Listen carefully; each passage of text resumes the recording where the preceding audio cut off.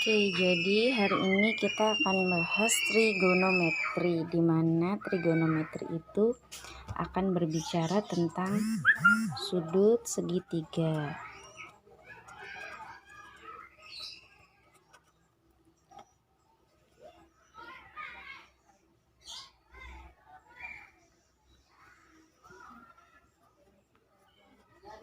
Karena kita akan berbicara segitiga siku-siku, artinya kita akan berhubungan dengan teorema Pythagoras. Di sini jika diketahui segitiga A, B, C, siku-siku di B, dan ada sudut alfa di C, dari segitiga ini kita dapat menentukan 3 sisi, yaitu sisi depan, sisi samping,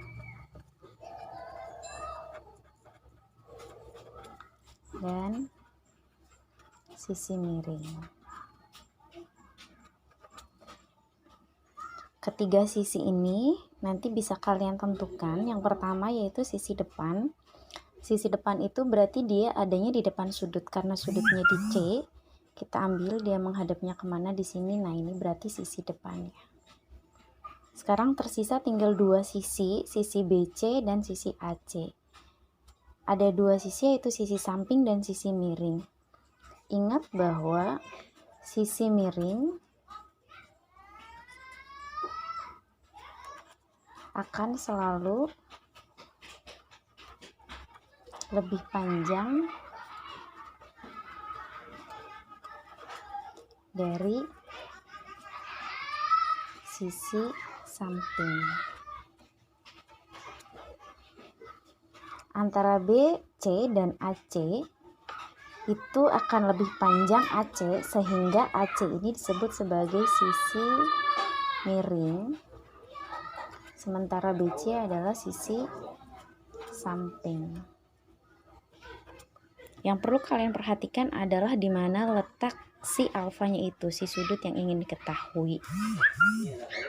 Misal ada lagi segitiga, misalnya kalau tadi kita ada ABC, kita misal pakai D, E, F. Misalnya sudutnya itu ada di E, alfanya di sini. Artinya kita tentukan dulu sisi depannya. Sisi depannya berarti depan sudut, kita tarik yang berhadapan, berarti ini sisi depan.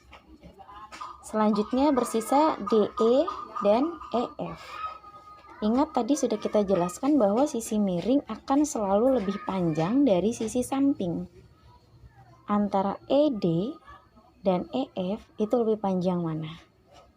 Ternyata setelah kita perhatikan, antara DE dan EF akan lebih panjang EF. Artinya EF ini merupakan sisi miring. Dan DE ini adalah sisi samping. 3 sisi ini kalian harus paham dulu, karena ke depan kita akan mencari tahu mana yang depan, mana yang samping, mana yang miring. Oke, di sini ada 5 bentuk segitiga yang perlu kalian tentukan, mana yang sisi depan, mana yang sisi samping, dan mana yang termasuk sisi miring. Itu nanti kalian bisa tulis, boleh langsung di gambarnya, atau boleh kalian tulis misalnya depannya AB, sampingnya BC, miringnya AC, atau yang lainnya. Boleh langsung ditulis di gambarnya, boleh kalian salin lagi gambarnya ke kertas, terus nanti bisa langsung, kalau udah selesai kamu langsung isi list yang nanti saya formatnya kirimin. Langsung tulis nama kalian, itu untuk poin pengumpulan tugas, tanpa harus foto, tanpa harus lain-lain. Nanti saya akan nilai. Next, untuk mengingat teorema Pythagoras, saya mau ngecek dulu.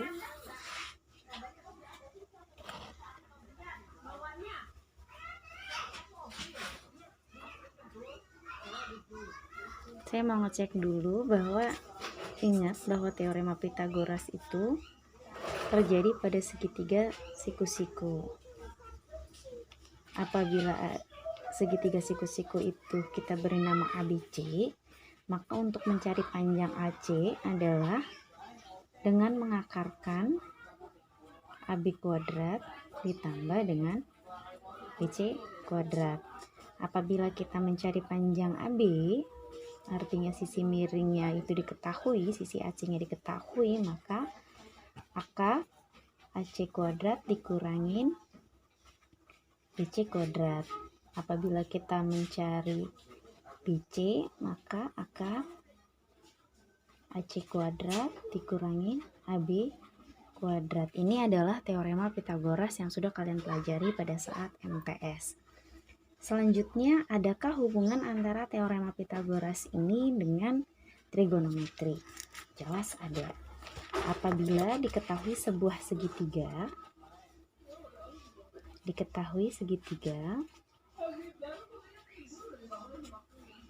ABC, panjang AC adalah 2, panjang AB adalah 1, maka tentukan panjang dari BC-nya. Oke. Di sini sudah jelas bahwa pada saat kita ingin menentukan salah satu sisi dari sebuah segitiga siku-siku,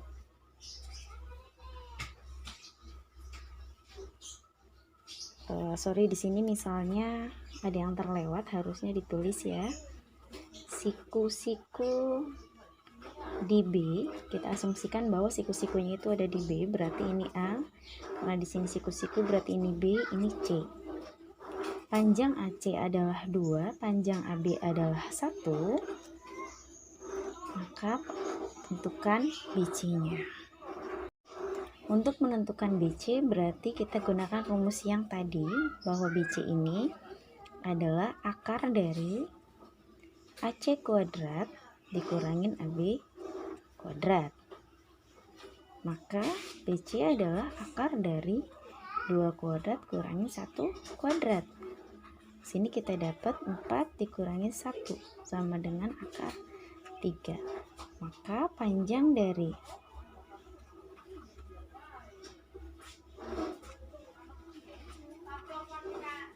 BC adalah akar 3. Seperti itu. Ini cuma untuk flashback kalian aja, karena kita akan pakai lagi ke depan. Untuk ke depan nanti kita akan lanjutin ke materinya. Selanjutnya, dari segitiga yang tadi didapat bahwa sisi AB-nya adalah 1, AC-nya 2, dan BC-nya adalah akar 3. Sini kita mulai masuk ke trigonometrinya itu sendiri. Di trigonometri ini ada 6 sifat dasar, yaitu sin A, cos A, tan A, kotangan A, sekan A, dan kosekan A. A di sini maksudnya adalah sudut dan bisa berubah tergantung dari permintaan. Bisa sudutnya itu alfanya ada di A, atau alfanya juga bisa di C, atau alfanya juga bisa di B. Nanti tergantung dari sudut yang akan kalian cari. Di sini saya akan jelaskan dulu, apabila di sini ada rumus sin A, itu berarti nanti kalian bisa gunakan sisi depan dibagi dengan sisi miring. Sementara untuk mencari cos A, itu berarti sisi samping dibagi dengan sisi miring. Untuk tan A, itu nanti sisi depan dibagi dengan sisi samping. Sementara untuk kotangan A itu kalian bisa cari dengan sisi samping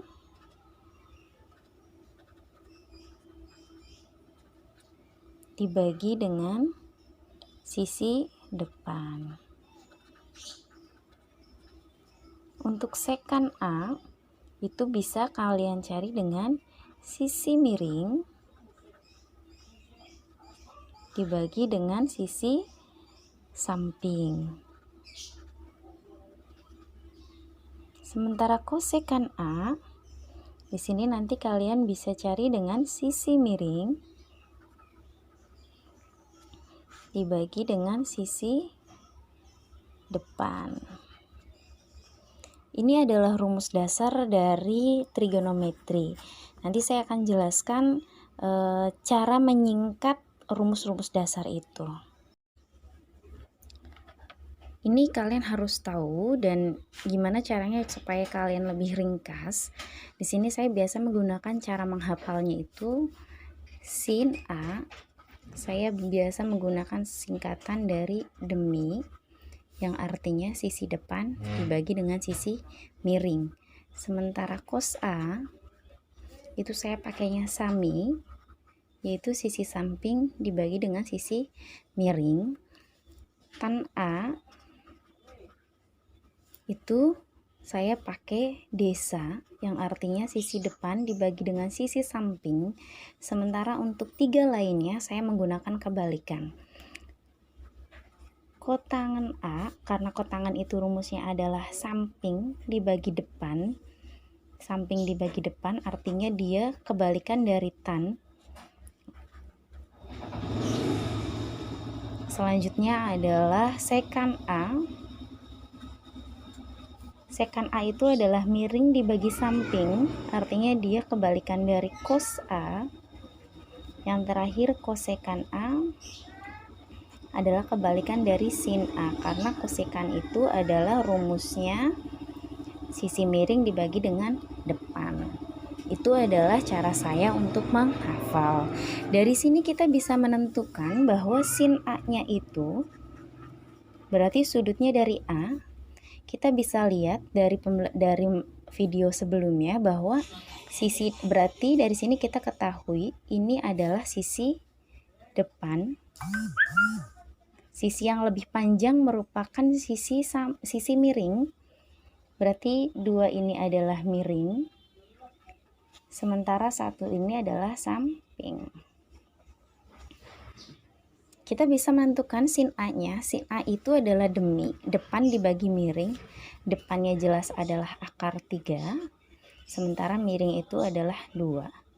Kalian bisa tulis akar 3/2 atau setengah akar 3. Ini juga boleh. Selanjutnya adalah cos A. Cos A itu adalah sami, berarti samping dibagi miring. Samping dibagi dengan miring. Selanjutnya adalah tan A. Tan ini desa, depan dibagi samping. Depannya adalah akar 3, sampingnya adalah 1. Akar 3/1, yaitu kalian bisa tulis dengan akar 3. Untuk kotangan A, karena dia kebalikan dari tan, tannya itu adalah desa, berarti D. Samping dibagi depan, 1/akar 3. Sampai di sini ada yang berbeda karena dulu begitu kita ketemu dengan akar di bawah, itu artinya kita harus rasionalkan dengan cara mengkalikan akar yang sama. 1 kali akar 3 akar 3, akar 3 dikali akar 3 adalah 3. Akar 3 kali akar 3 adalah akar 9. Akar 9 itu 3, atau dia punya sifat dasar. Apabila ada dua akar yang sama, maka akarnya akan hilang. Atau kalian juga bisa tulis 1/3 akar 3. Selanjutnya untuk sekan A dan kosekan A, kalian bisa cari. Ini adalah tugas yang akan kalian lakukan di bagian 2 di tugas kelompok nomor 1, 2, dan 3. Di situ kalian bisa tentukan nilai sinus, kosinus, tangen untuk sudut P dan R. Artinya berarti sudutnya P dan R. pada setiap segitiga siku-siku. Dari 3 soal ini cukup kalian kerjakan yang nomor 1 dan 2 saja, tapi sudutnya dari P dan R. Nyatakan jawaban Anda dalam bentuk paling sederhana. Ini ada di LKS di halaman 42. Barangkali yang LKS-nya tidak ada, karena LKS-nya mungkin ada terselip atau di mana, kalian bisa lihat langsung ini soalnya.